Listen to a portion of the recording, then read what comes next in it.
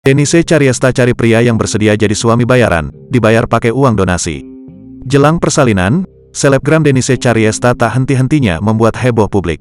Setelah sebelumnya membuka donasi untuk biaya persalinan, kini Denise mendadak mencari suami bayaran. Dia ingin suami bayaran yang dia cari ini dapat menemaninya dalam proses persalinan nanti. Saya mencari suami bayaran untuk menemani persalinan baby DC, tulis Denise Cariesta.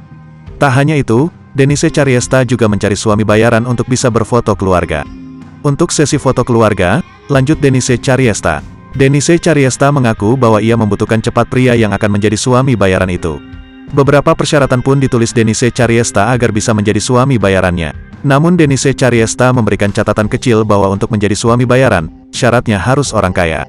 Kalau bukan orang kaya, otomatis didiskualifikasi, tulis Denise Cariesta. Denise Cariesta memperselirkan bagi siapa saja yang ingin menjadi suami bayarannya untuk mengirimkan foto dan data diri.